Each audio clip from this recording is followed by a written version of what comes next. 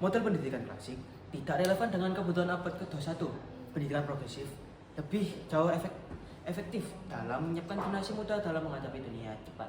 Saya Reza Maulana dari SMA N 1 Bangsal ingin menyampaikan bahwasannya menolak mosi Dewan ini lebih memilih sekolah menengah klasik dibanding progresif. Mosi saya mulai dalam 3, 2, 1. Perlu kita ketahui apa itu sekolah klasik dan progresif. Sekolah klasik itu hanya menekankan pada gaya belajar. Gaya belajar mereka hanya terfokus pada materi dan hafalan tentang materi yang sudah diketahui dan disiplin ketat dengan otoritas guru yang lebih kuat. Namun sekolah progresif itu berbanding terbalik. Sekolah progresif itu menekankan kreativitas, kolaborasi, dan inovasi para siswanya. Sehingga kita bisa tarik kesimpulan bahwasanya kalau kita tetap klasik, kita tertinggal. Di sini saya ingin membuat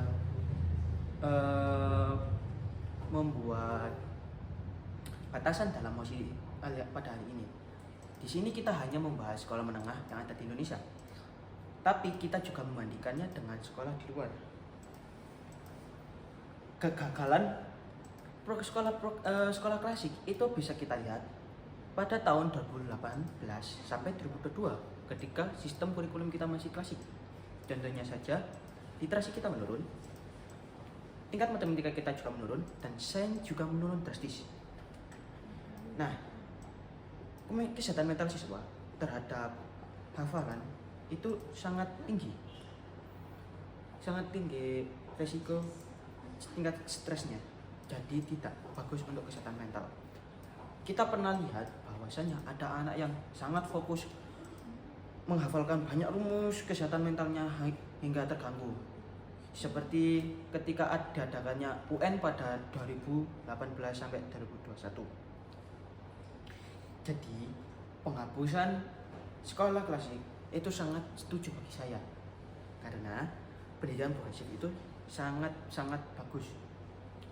Contoh lain, data lain menunjukkan bahwa World Economic Forum 2025 60% pekerjaan di masa depan belum ada sekarang. Hanya model progresif yang bisa melatih siswa agar adaptif. Mengapa harus adaptif? Karena siswa itu harus dirancang untuk bisa beradaptasi pada suatu lingkungan ataupun harus bisa beradaptasi dengan segala suatu kondisi.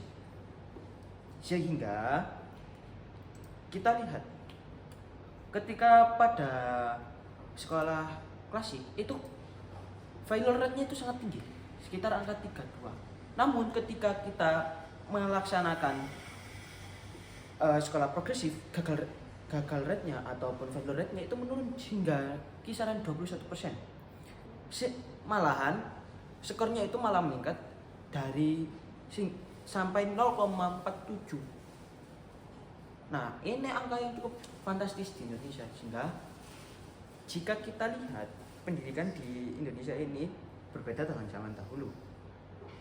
Kita itu harus kreatif dan inovatif untuk bisa bersaing di masa yang cepat ini. Nah, ketika kita bisa memiliki kreativitas tinggi, kita bisa melakukan segala sesuatu yang dahulunya itu belum ada. Seperti contohnya kita bisa mengembangkan bisnis. Orang kreatif itu bisa mengembangkan suatu hal yang belum ada, sehingga pendidikan progresif itu diharuskan.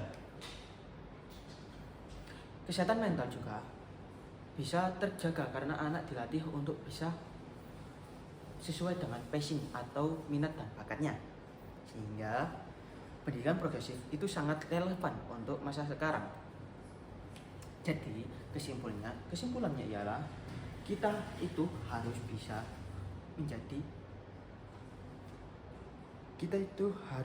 menjadi kreatif, inovatif, dan adaptatif. Jadi kesimpulannya ya masih ada hari ini jadi saya pada hari ini mendukung sekolah progresif dibanding klasik. Karena apa? Inovatif, kreatif, dan kolaboratif dan juga adaptif itu penting untuk masa sekarang. Ada abad 21. Sekian dari saya.